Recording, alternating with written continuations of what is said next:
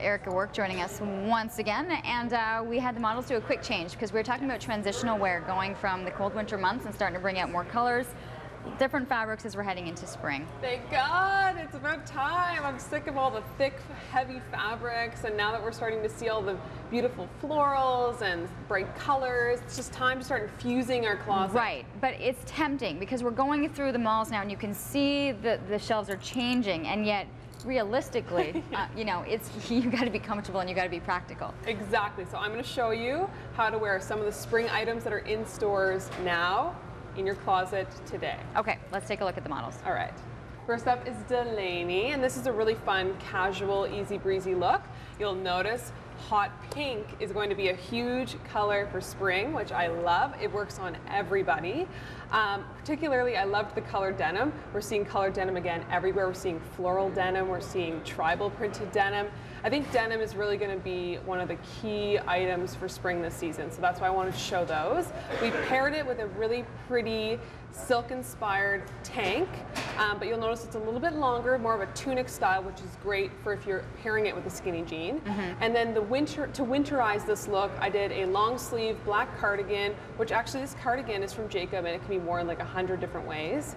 So really, it's one of those pieces in your closet that you'll have for a really long time. Very versatile. Look at Delaney. She knows how. She's trying to figure it out there. She's working it. And then we also paired it with a closed toe ankle bootie to also just sort of really keep it into the winter, you know, January, February months. Very nice. Thank you. Thanks, Delaney. So we saw a lot of stripes in the first segment. Yes, we will continue to see that again right now. Well, actually, Marc Jacobs did basically his entire collection for spring in sort of stripes and dot patterns, very mod, and so you're seeing a lot of that kind of trickle down into the department stores, so that's why I really wanted to highlight it. Another thing he did on the runway was do mixing patterns together, and so that's what I did in this look, which I think is perfect for the office and completely relatable to be wearing right now. I mean, it's a long sleeve, comfortable blazer, it's a cap sleeve, short sleeve top, and then you're wearing a really great black pant. Okay, so I'm going to ask you, so I would have said a couple of years ago that you would never have paired the polka dots and the dots with the stripes. Yes. You're saying all now fair you can totally do it. The key thing is to keep colors the same. So that's why we kept it very, very simple with black and white. Even if she was wearing, say, like purple and pink, as long as the colors were the same in each top and blazer combination, you're good to go. It's also really good to wear a more simple pattern like a stripe with a more colorful pattern like a floral like we've done here. Okay, very interesting. Thank you so much. Thanks so much.